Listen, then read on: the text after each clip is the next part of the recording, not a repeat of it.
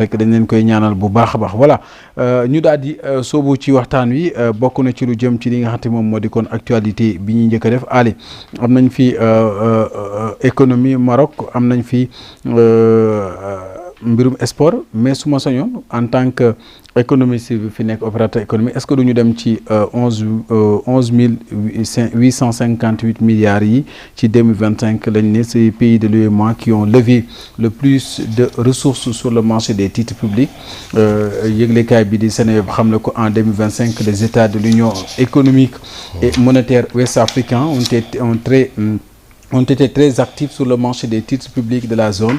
En effet, 11,858 milliards de francs CFA ont été globalement levés par les 8 pays émetteurs au bout des 12 mois de l'année, soit une progression de plus de 45,9% par rapport à l'année 2024 où il était à 8127 milliards de francs CFA.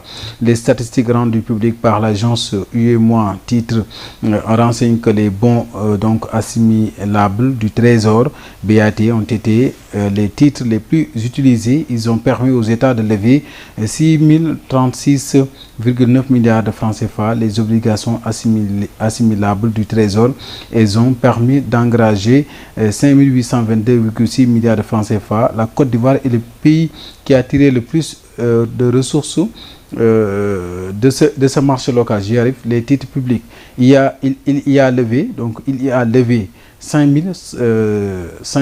5149,1 milliards en 2025. Puis vient le Sénégal qui a engrangé donc 2224,6 milliards de francs CFA. Ensuite, le Niger a levé 1312,9 milliards, le Burkina Faso 10 057,2 milliards, le Mali 992,03 milliards, le Togo 412,3 milliards, le Bénin 411,1 milliards et la Guinée-Bissau 299,3 milliards de francs CFA.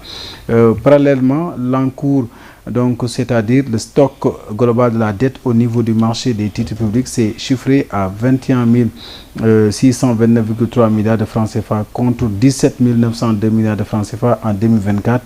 Aussi, durant l'année 2025, les pays émetteurs ont fait de grands efforts des grands efforts de remboursement. Autant pour moi, ils ont versé 9275,4 milliards de francs CFA durant la période concernée. Voilà maanaam daal dañu jàpp ne ci UEMOA bi ci kuréel yi réew yu ko seq ci wàllum Afrique sowu jant ci wàllum koppar ak la ci aju levé nañ ay ressources yu am doole ci atum 2025 bi ñu doog a génn yàggul ci ay titres de marché public. En tant que opérateur économique ban analyse nga ci def. Bon, j'avoue que j'ai pas bien compris lan nga ci lan nga bëgg ma ñëw. waaw par rapport ak mën nga repréciser parce que bon def nga benn litanie bu gudd mais j'ai pas compris exactement lan nga soxla ci union économique monétaire ouest africain. waaw dañu gis ne bu ñuy xool at yi weesu.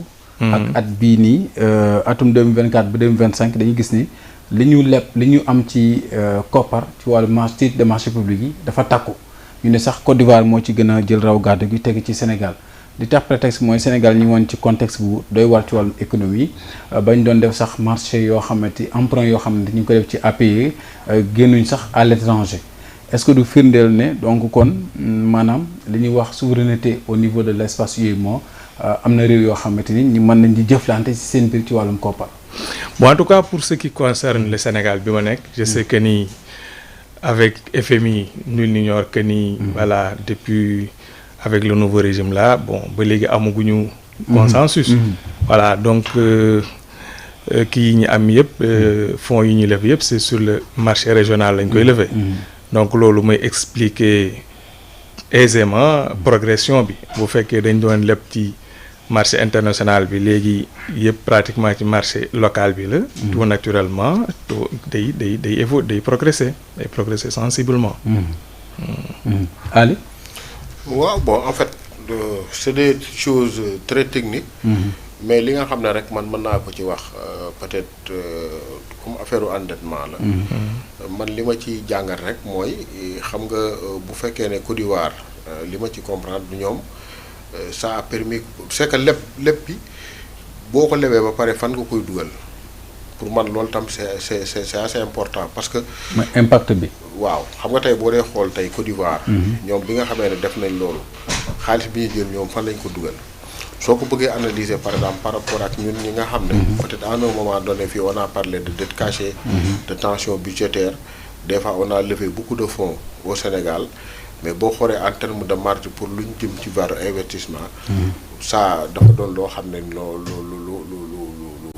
lu xam ne amul doole boobu noonu. pour man c'est ay éléments yoo xam ne lu ñu mën a analyser noonu la. bon maintenant nag c'est des trucs très techniques yoo xam ne peut-être toog di ko wax ni dans le cadre émission day xaw a compliqué. bon maintenant nag les choses étant aussi parce que des fois aussi lépp dans le marché local bi lépp ci est-ce que c'est parce que aussi yenn saa est-ce que parce que yeneen possibilité am na pour nga mën a demaat feneen. parce que fu nekk ak ay critères yi fa am ak possibilité yoo xam ne sa signature wala par rapport ak li ngay dund permettre na la ko.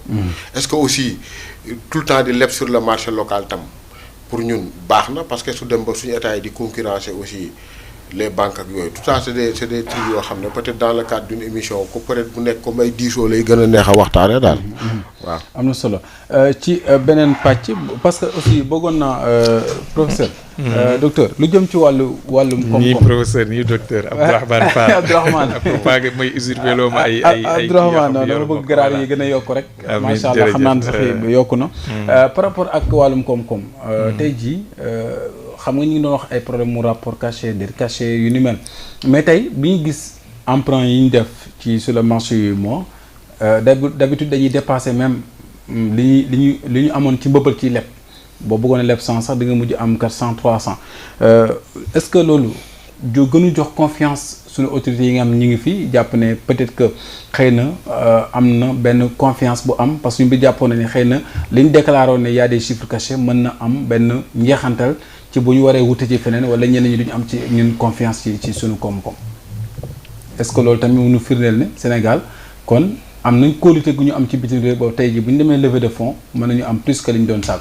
waaw kóolute bi moom am na parce que bu amul woon en si peu de temps mënuñu leb lii yëpp ci xaalis. waaw Sénégal par exemple bu ñu 2 ans ngi nii. macha allah musul am défaut de paiement musul am benn problème malgré le fait que institution internationale yi mag ba léegi coopéré guñu et que le pays fonctionne quand bien même metti na comme partout ailleurs dans le monde parce que lii metti nii lii Sénégalais yi di dund actuellement adduna bi yëpp koy dund. demal dans les grandes démocraties les pays les plus riches aux États-Unis en France un peu partout.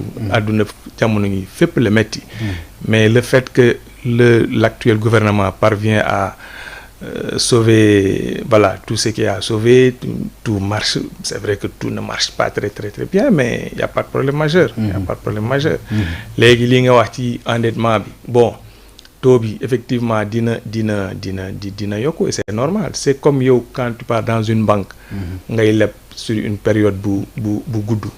ak ngay leb sur une courte période par exemple bu fekkee yow sa kii période bu ndaw la.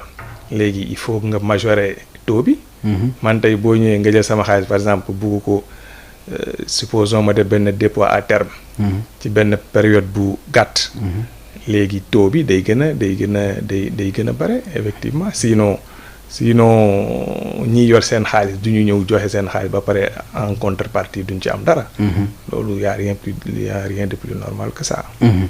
am na solo ñu dem ci beneen pàcc bokk na ci wàllum justice ak Ousmane Sonko ma ngoon foofee ca